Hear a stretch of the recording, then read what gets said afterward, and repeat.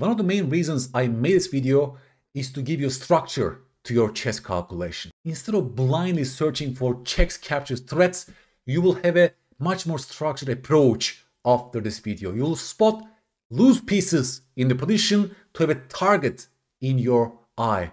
Once you spot those targets, chess calculation and find those tactics will become much more efficient. Chess tactics start here. Are you ready to have a deep dive on the mechanics of chess tactics, folks?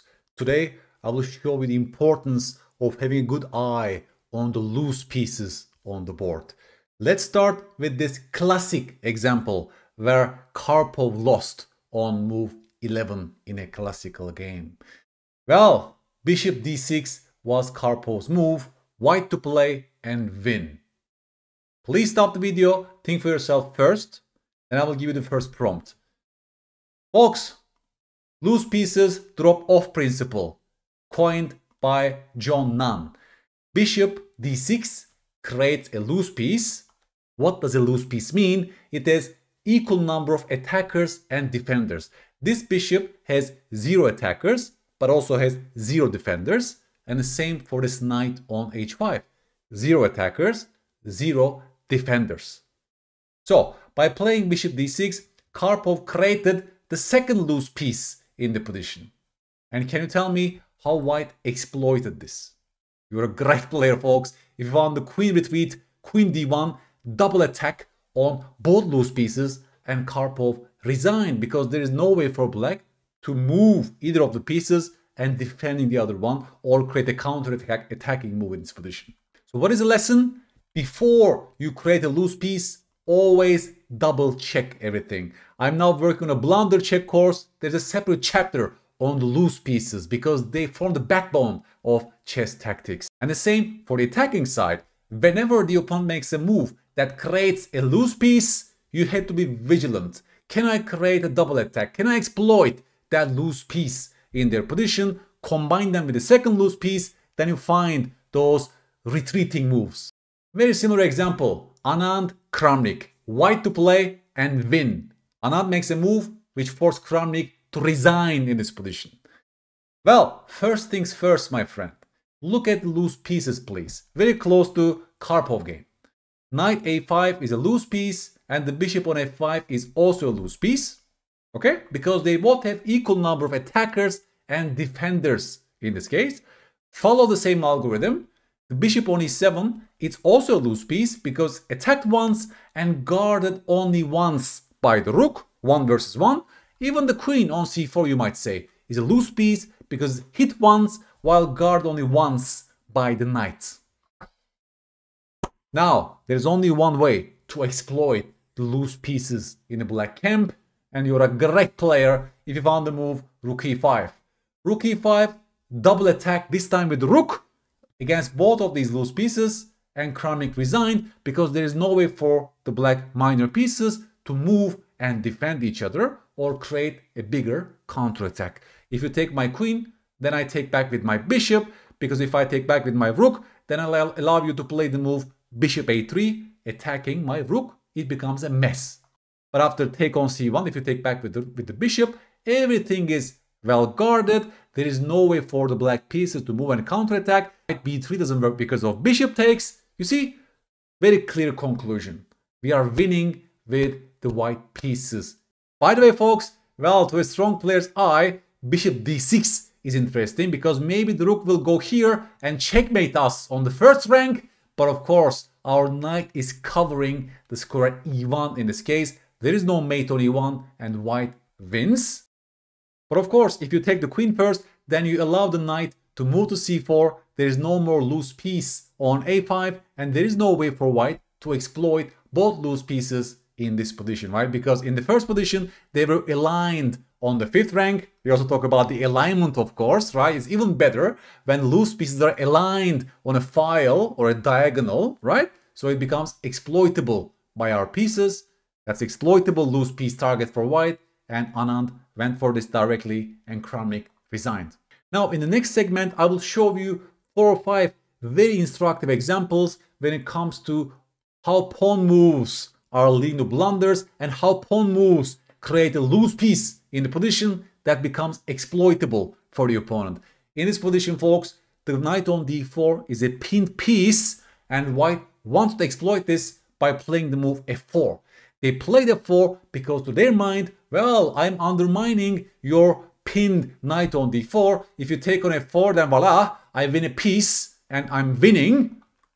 What is the problem with the move f4, my friends? It's a pure wishful thinking. White is only focusing on their own plan. White doesn't ask themselves, what is the drawback of the move f4? Every pawn move has a clear drawback because pawns cannot go backward. And now I want you to first of all identify. We are breaking tactics down to its core, my friends. Please identify what is the drawback of the move f4. Of course, folks, you just created a loose bishop on e3. This bishop was protected in the initial position. The moment you go f4, this bishop is a loose piece. Can black exploit it? Now we are finding a good tactic for black, obviously. That's how you blunder check your moves, my friends. And you're a great player if you found the move knight takes c2 check to exploit the loose bishop on e3. After queen takes, well, they take the bishop with check. Black has an extra pawn plus one more pawn will be gone. You destroyed your position as white. You see, it's such a beautiful blunder because white only wants to undermine the knight, only focuses on their good ideas behind the moves, never ask themselves, what is the drawback of the move? Am I creating a loose piece? And that's the first step when it comes to good blunder checks. As a result of my next move, am I creating a loose piece? That's always a great question. Always. Yes, by playing f4, you're creating a loose bishop on e3. And since there's also an alignment going on here, then you have to be very vigilant about the opponent's discovered checks, as in this case. And you can apply the same technique when it comes to finding good moves for yourselves. Many players would get scared. Hey, they are undermining my pin knight. I'm in trouble, right? They would only perceive such moves as really attacking, threatening. They will lose focus. They will totally lose confidence and they will blunder as black in this position. But after this training, you will develop the skill of instantly noticing the loose pieces in the position as a result of recent changes, obviously, right?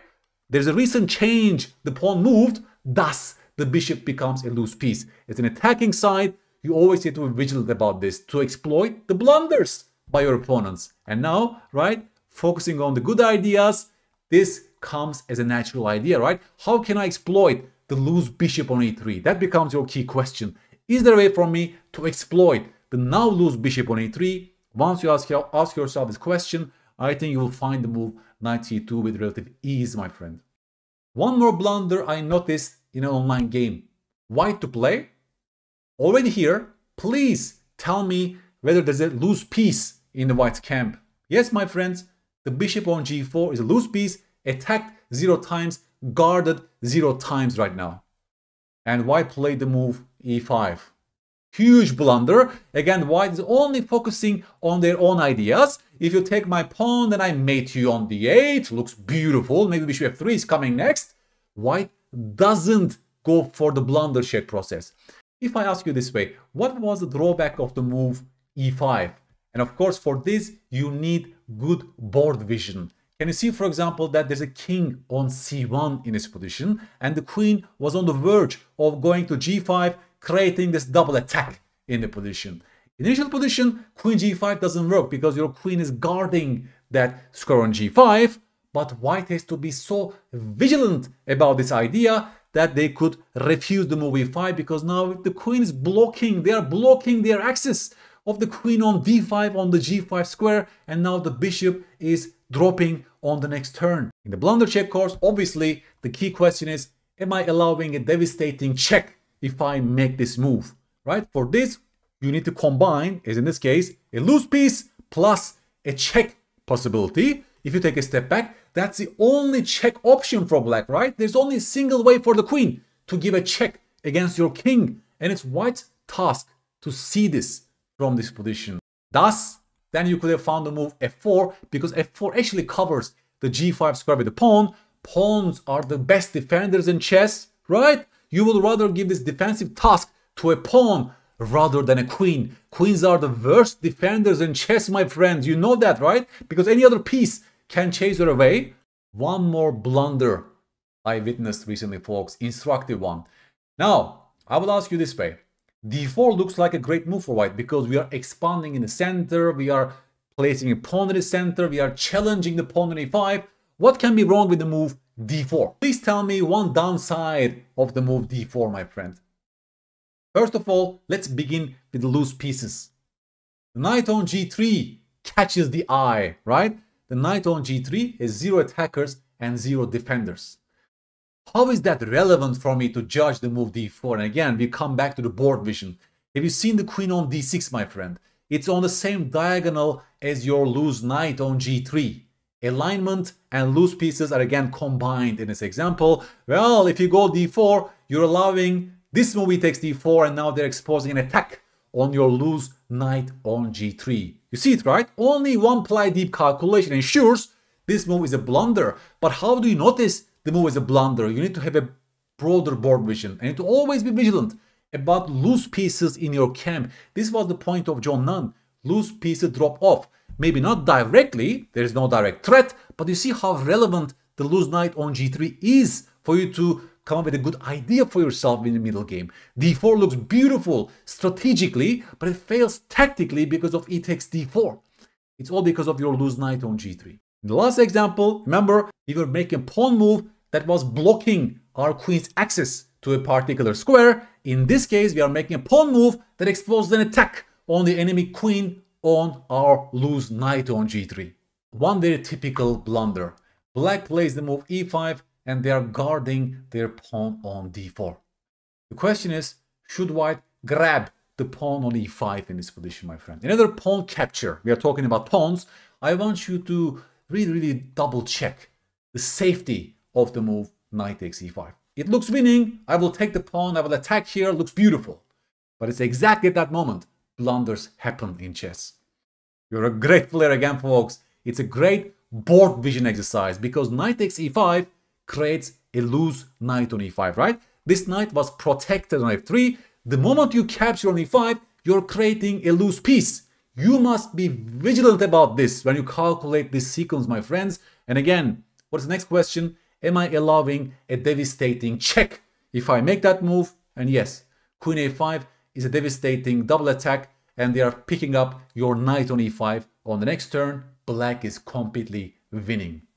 A very typical opening trap in many openings. People blindly capture the pawn on e5.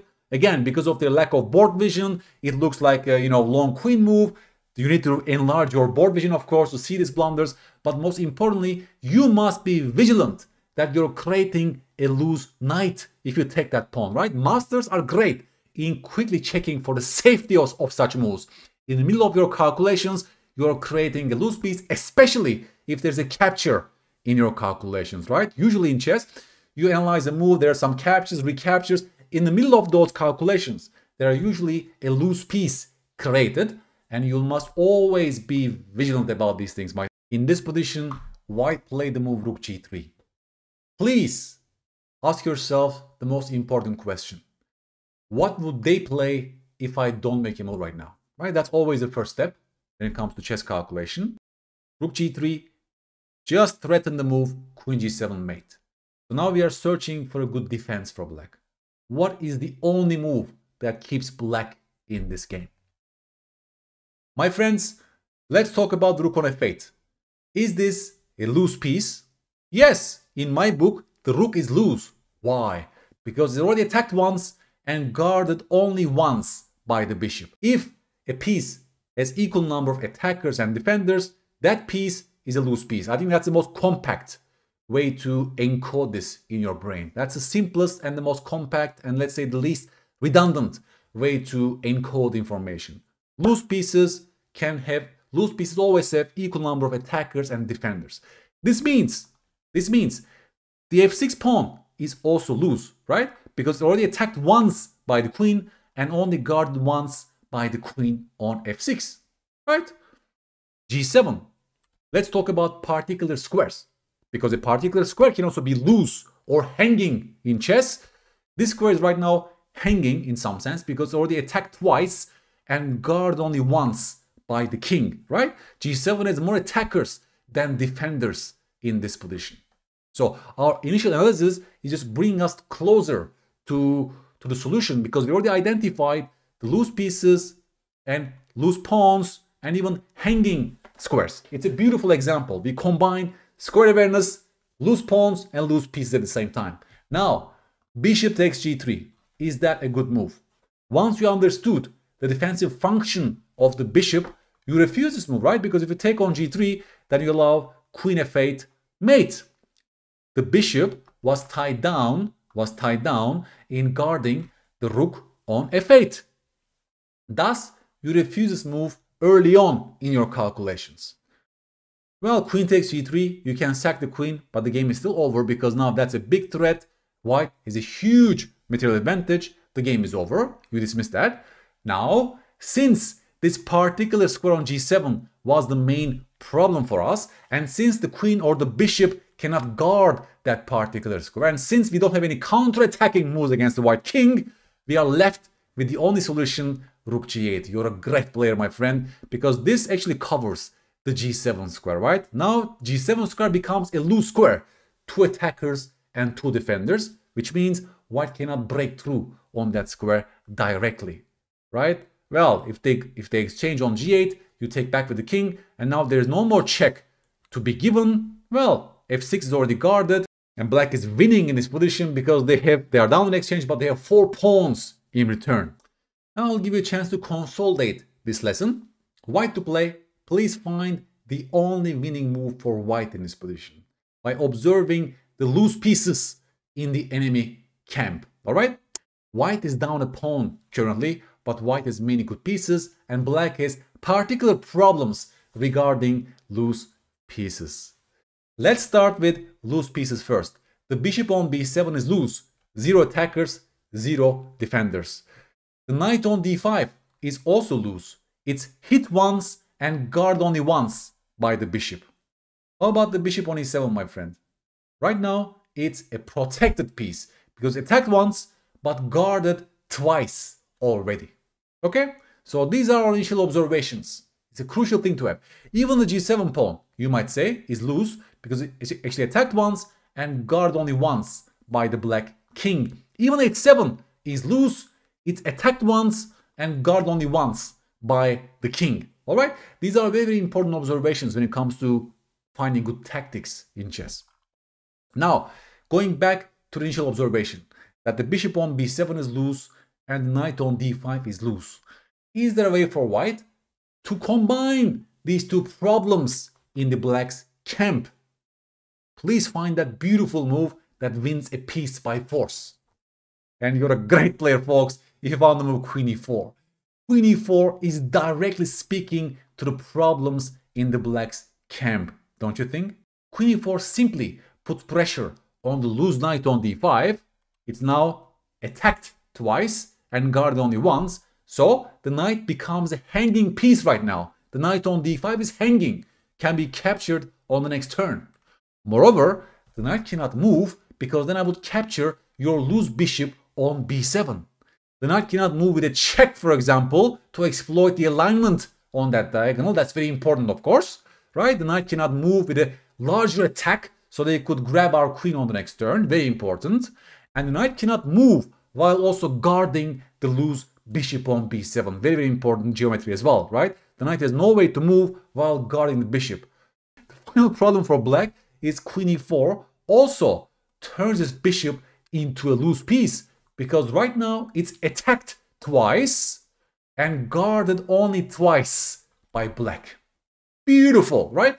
The knight becomes a hanging piece and the protected bishop becomes a loose piece after queen e4. And you also want to, of course, exploit the loose bishop on b7. So once our first observations in terms of tactical breakdown took place, loose piece, the bishop, this move became obvious. Don't you think? It's like reverse engineering. That's how chess tactics work. That's how chess works in general. And now we are applying the same lesson to chess tactics. We identify targets instead of blind check, capture, threat search, right? That's a function of this training. By learning to look at the right tactical cues or tactical targets, we are building structure to our chess calculation. If black goes f5 in this position, white is winning both after bishop takes d5, check. It comes with a check, but even queen takes e7 is cute because the knight is now becoming a pin piece. You cannot take my queen after takes. White is completely winning in this position. Okay, I will give you homework to consolidate this lesson. Gukesh with the black pieces, black to play and win in this position. Okay, I will give you the first prompt. Of course, black is an extra pawn right now. Maybe you can even take on e1 and enter this endgame, right? But there's a much more beautiful solution for black. Tactical breakdown, please. Rook on e1 is a loose piece. Why? Because hit once and guard only once by the queen. The pawn on f2 is also loose. It's attacked once and guarded only once by the king on g1 in this position. Even the rook on a6 is a loose piece, 0 attackers, 0 defenders, and even the queen on c3 is a loose piece, 0 attackers and 0 defenders. Please combine all these things I mentioned, all these 4 factors, all these 4 loose pieces and pawns, and come up with a beautiful move for black that won the game directly. It's a beautiful exercise to consolidate what we are talking about, my friend. Please write to me on YouTube your answer and how you found the correct move as black, and I will give you feedback. I hope you got the right lesson from this important tactical video, my friend. The reason I did it is to give you a structure to your chess approach, to remove blind check, capture, threat algorithm, because you lose time if you're completely blind in your search for good moves. By looking at the right targets, by identifying loose pieces or pawns or squares, we become better in spotting those tactics. John Nunn was right. Loose pieces tend to drop off in chess. We always have to have a vigilant eye and a keen eye in spotting loose pieces in our camp, but also in the enemy camp. We saw so many pawn moves in this case, right? Pawn moves are committal. They can create a loose piece. They can block one of our pieces' access to a loose piece and so on. And also we learned how to properly blunder check in this exercise. Sometimes we combine checks and loose pieces. We have a loose piece in our position. Then we have to ask ourselves, am I allowing a devastating check that allow an opponent to create double attack in that position? In my blunder check course, there's a separate chapter on loose pieces, and I will have a deep dive to really break it down to its core, my friends. I spent almost 1 year to prepare the blunder check course. I thought about these concepts for a long time and deep enough, I believe, and I hope your blunders will reduce after you go through that course. This is a huge part of cutting down the blunders, but also exploiting the opponent's blunders. That's my final hope. I hope this skill transfers to finding good moves for yourself, because your opponents will give you those chances, will create loose pieces and pawns in your games. If you build a keen eye in spotting those, then your tactics will elevate and you will raise your floor that way. Please give me feedback on YouTube and I will catch you on the next episode. Bye bye.